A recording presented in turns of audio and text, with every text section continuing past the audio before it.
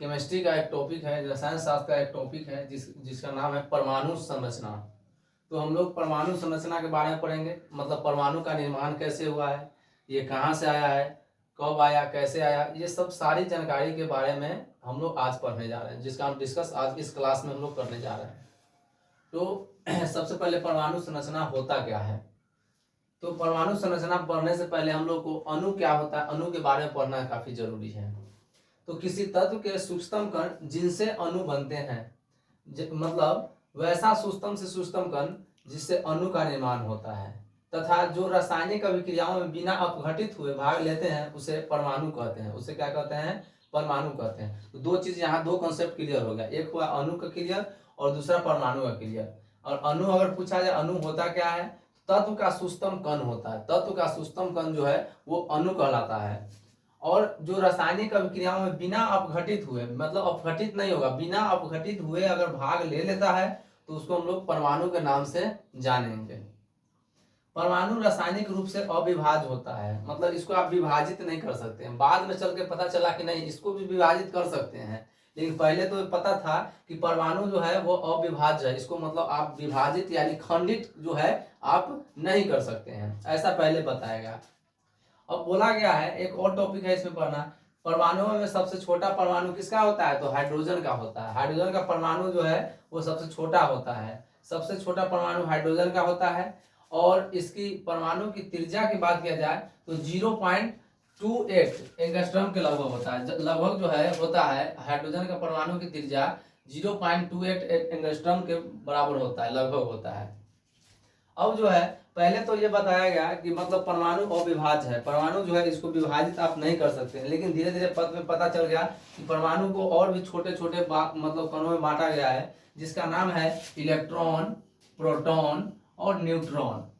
Electron, proton, neutron, इस बात की चर्चा बाद में हुई है चलकर कि नहीं अब ऐसे नहीं होगा, अब इसका भी सब एटॉमिक होना चाहिए। इसको भी जो और बांटा गया है तो वो है इलेक्ट्रॉन, प्रोटॉन और न्यूट्रॉन। इलेक्ट्रॉन जिस पर जो है कोई जिस पर जो है नेगेटिव चार्ज होता है, जिसको ऋणात्मक होता है, इलेक्ट्रॉन क्या होता है, वो ऋणात्मक होता है, ऋणात्मक होता है, मतलब इस पर नेगेटिव चार्ज होता है। दूसरी बात है, इलेक्ट्रॉन का खोज किसने किया था, तो इलेक्ट्रॉन का खोज जो है जे थॉमसन ने किया था। इलेक्ट्रॉन का खोज जो है जे थॉमसन ने किया था, ये बात तो पता चल गया। दूसरा है प्रोटॉन। प्रोटॉन जिस पर पॉजिटिव चार्ज होता है, प्रोटॉन पर क्या होता है, पॉजिटिव चार्ज होता है। तो प्रोटॉन पर पॉजिटिव चार्ज होता है। और इसकी खोज की बात किया जाए तो इसकी खोज जो है गोल्डस्टीन नामक वैज्ञानिक ने किया था। किसने किया था, गोल्डस्टीन नामक वैज्ञानिक ने किया था। तीसरा का नाम है, और प्रोटॉन पर प्लस चार्ज होता है, हमेशा याद रखना, प्रोटॉन पर प्लस चार्ज होता है, इलेक्ट्रॉन पर नेगेटिव चार्ज होता है। ये पूछा भी जाता है, अक्सर परीक्षा में पूछ ली जाती है, या मैट्रिक की परीक्षा हो या कोई कंपटीशन लेवल एग्जाम हो, दोनों में पूछा जाता है। तो इलेक्ट्रॉन प्रोटॉन पर बताइए कौन सा चार्ज होगा या इसके खोज किसने किया, तो दोनों कंसेप्ट क्लियर हो गया। तीसरा है न्यूट्रॉन। न्यूट्रॉन पर न प्लस चार्ज होता है न माइनस चार्ज होता है, ये जो है उदासीन होता है। न्यूट्रॉन क्या होता है, उदासीन होता है, इस पर कोई चार्ज नहीं होता है। अब जो है इसका खोज की बात किया जाए तो जे चैडविक ने इसका खोज किया था। न्यूट्रॉन का खोज जो है जे चैडविक ने किया था। अब है परमाणु संख्या। परमाणु संख्या क्या होता है, तो एक नंबरी से आता है जो परमाणु की संख्या, उसे हम लोग परमाणु संख्या के नाम से जानते हैं। जैसे हाइड्रोजन, हाइड्रोजन कितने नंबर में है, 1 नंबर में है।